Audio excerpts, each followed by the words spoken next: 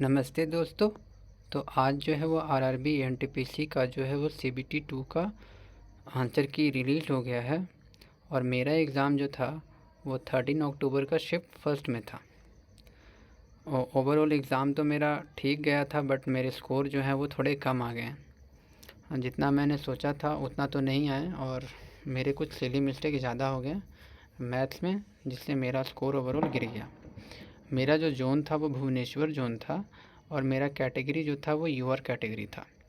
और मैं अभी बताने जा रहा हूँ कि ओवरऑल मैंने कितने अटेम्प्ट किए और मेरे कितने गलत हुए किस सेक्शन में। ओवरऑल अटेम्प्ट की बात करेंगे तो मैंने ओवरऑल 100 अटेम्प्ट किया था। उसके बाद सेक्शन वाइज क्या डिवीज़न है स्कोर का वो मैं बताने जा रहा हूँ।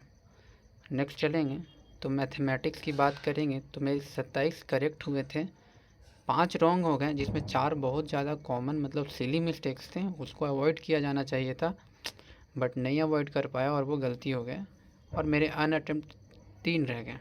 तो ओवरऑल 35 क्वेश्चन इसमें हो गए। वो जो 5 क्वेश्चन रॉन्ग था उसमें 4 क्वेश्चन तो ऐसे थे जो बिल्कुल मतलब आप रॉन्ग नहीं कर सकते थे। इस लेवल के क्वेश्चन मतलब ऐसे नहीं थे कि हार्ड थे, बट एग्ज़ाम का प्रेशर में शायद गलती हो गया। और कुछ क्वेश्चंस के तो जो मैंने आंसर निकाले बट टिक करते समय उसने मैंने गलतियां कर दी। रीजनिंग की बात करेंगे तो मैंने इसमें 29 करेक्ट किए, 3 रॉन्ग हुए और मेरा 3 अटेम्प्टेड था। अनअटेम्प्टेड जनरली सीटिंग अरेंजमेंट से थे और एक ब्लड रिलेशन का क्वेश्चन था। रॉन्ग जो था वो मेरा अरेंजमेंट था, जैसे मंडे से सैटरडे तक संडे तक लगातार एग्ज़ाम्स थे। एक डायरेक्शन का क्वेश्चन भी रॉन्ग हुआ था। तो रीजनिंग में मैंने टोटल अटेम्प्ट तो 32 किए थे बट 29 करेक्ट हुए, 3 रॉन्ग हुए।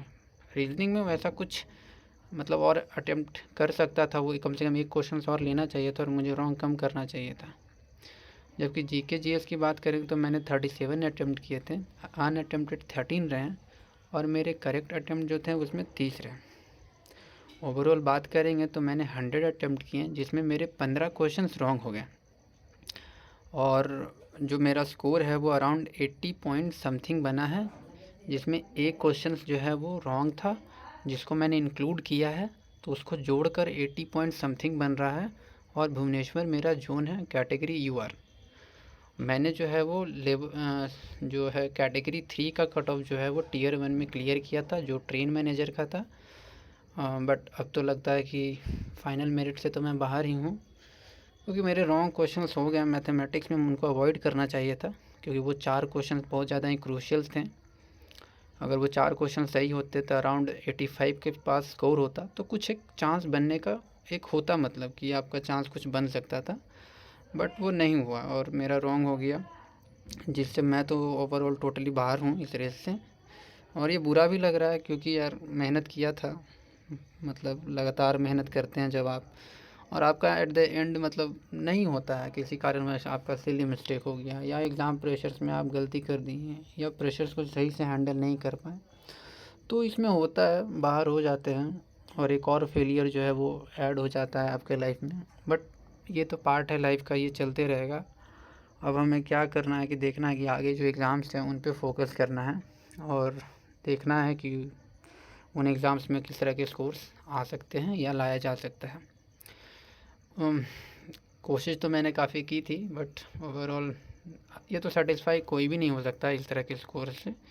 कंपटीशन क्योंकि आजकल बहुत है और अगर आप गड़बड़ी करेंगे तो फेल तो होना है ही, निश्चिंत है। तो अब फाइनल देखते हैं। ऐसे तो मैं अपने आप को बाहर ही मानता हूँ।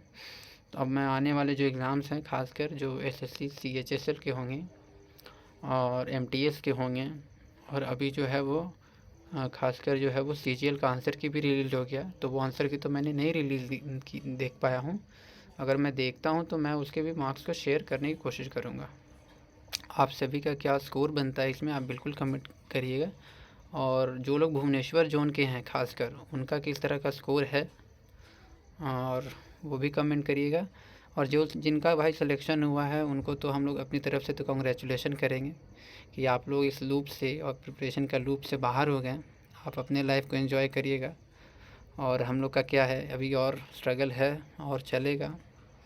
तो यही कहना था कि एट द एंड हमने मेहनत की, बट कई बार क्या होता है कि उसका जो फ्रूट है वो हमें नहीं मिलता है, तो हम मेहनत करना छोड़ नहीं सकते हैं और देखते हैं आगे जो एग्ज़ाम्स हैं उन पर फोकस करेंगे। Thank you.